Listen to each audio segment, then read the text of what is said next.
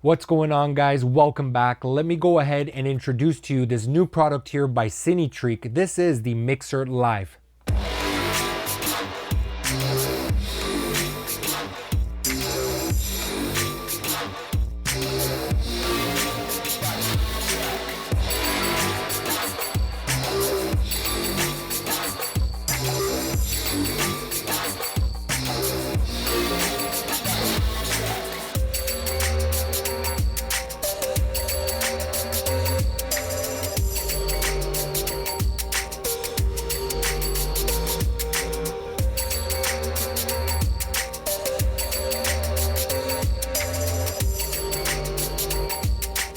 All right, guys, let's go ahead and have a closer look to see what actually comes included with the kit. So starting off with the actual monitor mixer itself, this is a 5.5-inch display screen, and it is a touchscreen along with being 1500 nits brightness. So that's going to be definitely very helpful when you're going to be using this in an outdoors bright environment. We do have the antenna included with the kit as well. That's going to allow us to screw it onto the mixer and be able to connect to a Wi-Fi signal.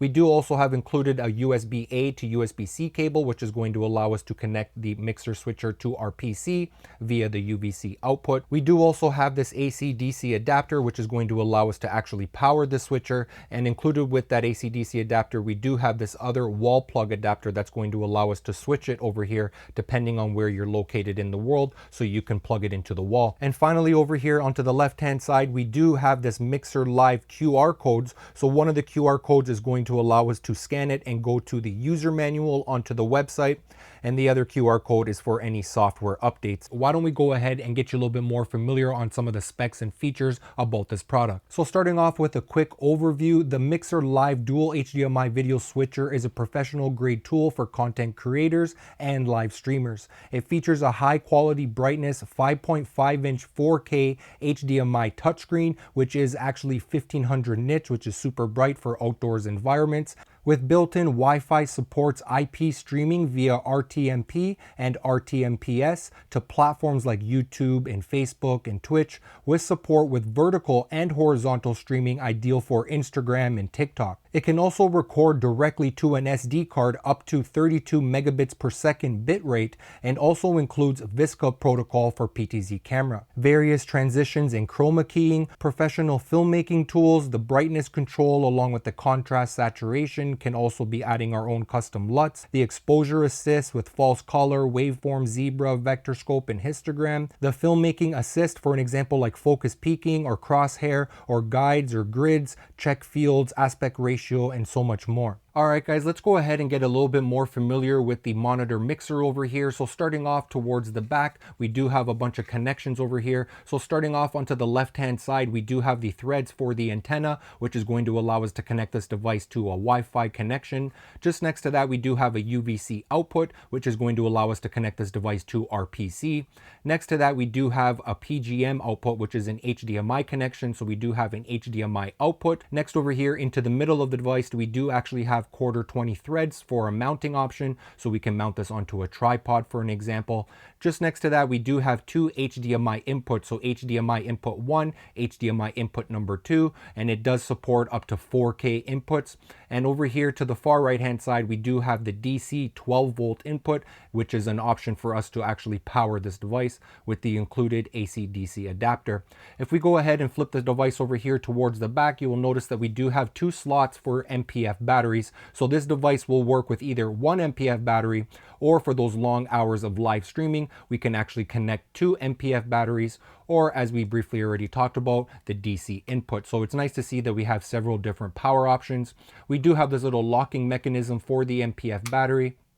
You can see here actually into the middle, we do have a fan little vent, so for the cooling management, which is really nice. So it does have a built-in fan, and within the menu, we can adjust the fan settings. If we go ahead and have a closer look over here towards the bottom, we actually do have an additional quarter 20 thread mounting option, again, which is going to allow us to mount it to a tripod or some sort of a stand if we would like to. If we flip it over here to the side, we actually do have an SD card slot. So it's going to allow us to insert an SD card and play videos from that SD card. It's going to allow us to upload any images onto that SD card to the switcher mixer, or we can also actually record our live stream directly to this SD card. So this is definitely a really nice feature. If we go ahead and flip it over here to the other side, you will notice that starting onto the left-hand side, we do have the power button, so just press it and hold it to power it on. Next over here, we do have an F1 and an F2 button, so function 1, function 2. This is actually going to be controlling the volume for the mixer monitor. Just next to that, we do have a headphone jack, which is going to allow us to obviously plug in headphones and monitor the audio. And finally, over here to the right-hand side, we do have a microphone input. So this microphone input can actually be set within the setting menu for it to be either a microphone input or a line input. So overall, guys, I think you guys are now a little bit more familiar with this device. I say we go ahead and power it on and start connecting some of our cameras to it.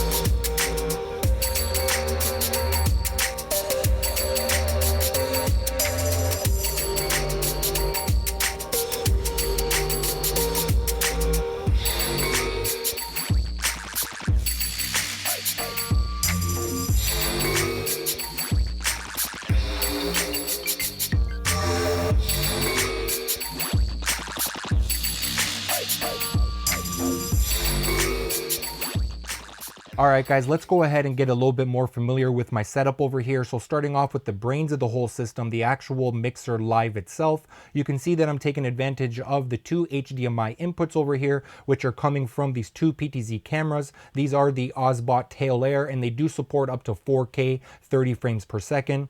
I'm also taking advantage of the PGM output, which is the HDMI output being sent over here to this external monitor. So now I have an additional monitor to view my live stream and also what I'm recording to my SD card. As far as audio, I do have this Comica wireless microphone kit over here. This is the receiver, which is plugged in over here to the mixer live microphone input. And as far as monitoring the audio, I do have my headphones over here, which are connected to the mixer live headphone jack, so I can go ahead and simply monitor the audio that way. So overall, this is a really nice, small, compact setup that's going to allow us to live stream directly from the mixer live itself, or if we wanted to, we can connect the UVC output and live stream from our PC. So that is a fantastic setup right over there. All right, guys, next I wanted to go ahead and show you guys how to actually set up your live stream from the mixer live itself. So the first step, you want to make sure that you're actually connected to a Wi-Fi network, and I've already done that. As you see here, current networks, Bella, so that is my Wi-Fi network. So what I want to do next is actually just tap over here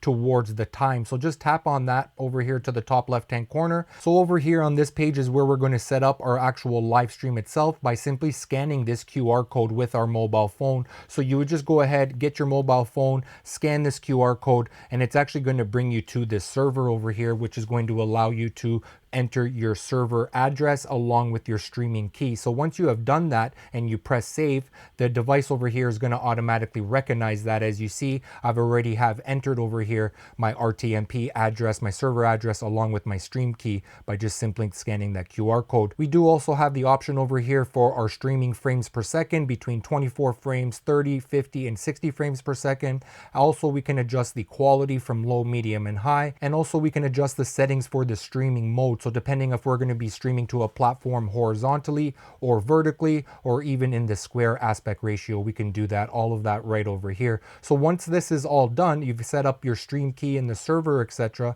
What you want to do next is actually just come over here and press this icon, which basically looks like an antenna, and that's going to actually enable start your live stream. So it's going to be sending it to that server, that platform that you want to be live streaming to. So we're going to go ahead and actually press the live streaming button just to kind of show you an example. So there I go. You can see that I pressed it and it changed from that blue color now to green, which basically indicates that I am live streaming. And you will notice over here towards the top of the screen, it does show us our kilobytes per second that we are currently using right now for that live stream. So it's showing us that we do have a good connection. And right now we are currently actually live streaming to YouTube. Why don't we actually go ahead and actually enable recording? So let's enable recording right now. So I'm also recording to the SD card. So let's just go and make a little transition. Cut. We got fade to black if I want to as well. So let's go ahead and tap fade to black. Let's go do a little auto transition.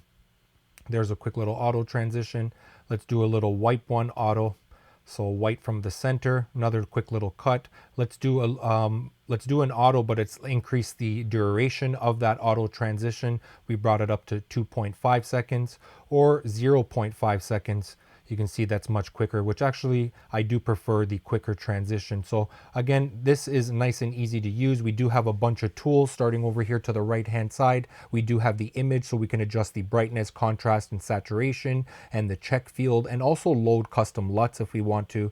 Next over here, we do have the markers, so we can go ahead and adjust all of our marker settings.